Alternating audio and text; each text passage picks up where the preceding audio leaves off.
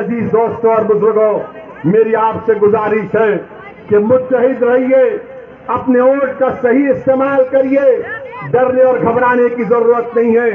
ये समाजवादी पार्टी हो, बीएसपी हो या फिर कांग्रेस हो या बीजेपी हो, इनको एक ही बात की तकलीफ है कि पूरे भारत में मुसलमानों की कोई पॉलिटिकल लीडरशिप ना बने। मैं यहां पर अपनी शोहरत के लिए नहीं आया हूं, अल्लाह जानता है। मैं आपको नेता बनाने के लिए आया हूं कि आपकी सफों से कोई कायद उठ जाए, जो 1 साल 2 साल नहीं बल्कि रहती दुनिया तक तुम्हारी आवाज बने। और उस वक्त होगा मेरे अजीज दोस्तों और बुजुर्गों, जब आप अपनी पार्टी को कामयाब करेंगे, अपनी दुआओं से, अपने वोट से और पार्टी के पाबंद डिसिप्लिन सिपाही बनकर आप मजलिस के अपने वोट का इस्तेमाल करिए। डरने और घबराने की जरूरत नहीं है। मुझ पर इल्जाम लगते हैं, मुझे कोई फिक्र नहीं, बहुत से इल्जाम लगते हैं मुझ पर, मगर याद रखो, जब तक अल्लाह असदुद्दीन ओवैसी को जिंदा रखेगा, इंशाअल्लाह ताला से उद्दीन ओवैसी सच और हक को बयान करता रहेगा। अल्लाह जब तक मेरे जिस्म में आखिरी सांस को रखेगा, मैं आपके हक के लिए लड़ता रहूंगा। मुझे नहीं मालूम कि मेरी जिंदगी का चिराग कब गुल हो जाए, मगर रुदौली के नौजवानों, उत्तर प्रदेश के गयूर नौजवानों, उत्तर प्रदेश के मेरी इज्जतदार मां और बहनों, कौम और मिल्लत के जिम्मेदारों, मैं तुमसे भीख मांगने आया हूं, मुत्तहिद हो जाओ। आज तुमको मुत्तहिद होना है। ये फैजाबाद अयोध्या है। अगर कोई मुझसे सवाल करता है तो याद रखो, इसी अयोध्या में 6 दिसंबर को हमने भी देखा, सारी दुनिया ने भी देखा क्या हुआ। आज उसका जिक्र करने से डरते हैं सेकुलर पार्टी के लोग, जिक्र करने से डरते हैं, डरा डरा कर वोट हासिल करते हैं। अरे याद रखो, वो कौम जो नवासा रसूल को जन्नत का शहजादा मानती है, क्या वो कौम डरेगी इन लोगों से? क्या तुम डरोगे इन लोगों से? इंसान से नहीं डरना, सिर्फ रब्बे कायनात से डरने का हुक्म सिखाया गया। सिर्फ रब्बे कायनात से डरना है, किसी से भी नहीं, ओवैसी से भी नहीं। हाँ, अगर ओवैसी की जबान से अगर सच निकल रहा है तो उस पर गौर करो, उस पर गौर करो। अगर गलत है तो कोई बात नहीं, अगर सच है तो उसको कबूल करो। मेरे दिल में नहीं है, मेरी ताकत, मुझे अल्लाह ने इतनी ताकत नहीं दी है कि मैं तुम्हारे दिलों को मोड़ सकूं। दिलों को मोड़ने वाला तो रब्बे कायनात है। मेरे अजीज दोस्तों और बुजुर्गों, हिम्मत और हौसले को बुलंद रखिए। इलेक्शन जैसा करीब आएगा। आज अभी हम प्रेस कॉन्फ्रेंस लिए, अतीक अहमद साहब जो 5 बार के विधायक हैं, 1 बार के सांसद हैं, वो आज मजलिस इत्तेहादुल मुस्लिमीन में शामिल हुए हैं। तो हमने उनका खैर मुकद्दम किया, वेलकम किया, और मीडिया के हमारे लोग आए थे लैला को सुनने के लिए।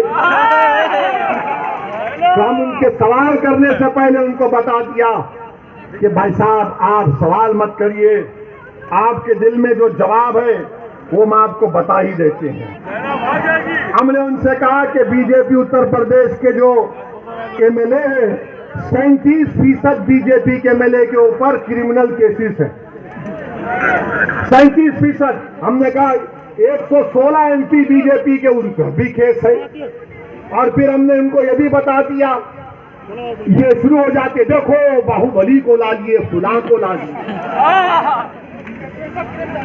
देखिए, बल्कि जिस किसी का नाम अतीक होगा, शहाब होगा, मुख्तार होगा, वो गैंगस्टर होगा, बाहुबली होगा। और जिसका नाम प्रज्ञा, अजय, कुलदीप, संगीत, सुरेश, कपी होगा, वो क्या होगा? लोकप्रिय नेता हो जाएगा। यानी अतीक का ताल्लुक एक कमजोर समाज से है। अगर अतीक का ताल्लुक एक ताकतवर समाज से होता, और अगर अतीक अहमद मुजफ्फरनगर के कांड से पहले तकरीर करते या गोरखपुर में तकरीर करते, तो हो सकता कि महाराज उन पर केस विड्रॉ कर लेते, क्योंकि उत्तर प्रदेश के मुख्यमंत्री ने अपने आप पे से केस विड्रॉ कर लिया और बीजेपी के 70 से ज्यादा मुकदमे वापिस ले लिए मुजफ्फरनगर के कांड से। तो मेरे अजीज दोस्तों और बुजुर्गों, ये तमाम इनके कारनामे हैं। मेरी आपसे गुजारिश है कि आपको डराया जाएगा बीजेपी से, मोदी से, योगी से। हम तो आए हैं उत्तर प्रदेश से बीजेपी को हराने के लिए इंशाअल्लाह ताला। मजलिस का मकसद ये है कि बीजेपी की सरकार ना बने, उत्तर प्रदेश से योगी दोबारा मुख्यमंत्री ना बने। क्यों ना बने? क्योंकि योगी आदित्यनाथ की सरकार ने गंगा में लाशें बह रही थी, ऑक्सीजन नहीं था, दवाएं नहीं थी, जलाने के लिए लकड़ी नहीं थी, दफनाने के लिए जमीन नहीं थी। और अगर किसी गरीब ने इन तमाम की नहीं होने की बिना पर नदी के किनारे जमीन पर दफना दिया तो दुनिया ने देखा कि कुत्तों ने किसी के बाप और भाई और बहन की लाशों को लोच लोच कर खाया। यह हुआ है, इसीलिए बीजेपी की मुखालिफत करना है।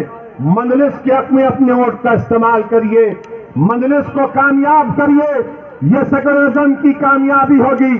पार्लियामेंट में आपने देख लिया, कोई आकर ये कहेगा इस सेकुलर पार्टी का, अरे ओवैसी के तो 2 MP हैं, क्या खाड़ लेगा।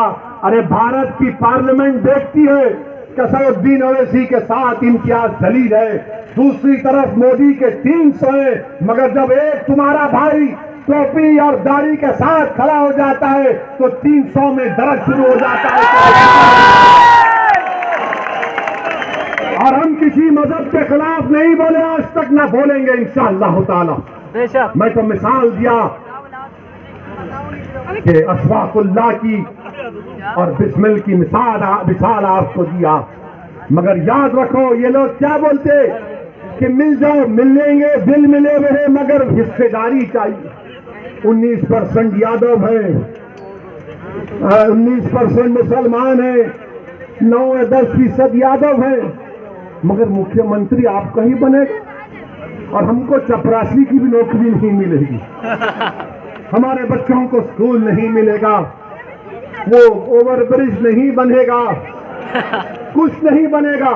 आप एक बार अच्छा फैसला करके आने वाले विधानसभा के चुनाव में आप अपना एक अकाउंट पतंग के निशान पर बटन दबाइए, अपनी पार्टी को कामयाब करिए। और लोग हमसे पूछते आप मिलते क्यों नहीं समाजवादी पार्टी से? हम उनसे कहते हैं जाके पूछो अखिलेश से, बात करने तैयार है, बात करेंगे। बोले बीएसपी से बात करो, हम बोले पूछो, तैयार है, बात करेंगे। मगर अगर आप ये समझेंगे कि आपकी पार्टी में जो नाम निहाद मुसलमान है उनकी तरह तुम मुझसे बर्ताव करोगे तो भूल जाओ, मैं मरना पसंद करूंगा मगर अपनी इज्जत का सौदा नहीं कर सकता। बराबरी पे बात होगी, हिस्सेदारी की बात हो रही है। आप मुझे कोई खैरात नहीं देंगे, मेरा हक है, मैं हासिल करूंगा इंशाअल्लाह ताला। बेशक बेशक। मेरे अजीज दोस्तों और बुजुर्गों, हिम्मत और हौसले को बुलंद रखिए। अच्छा, उत्तर प्रदेश के चुनाव आ रहे हैं,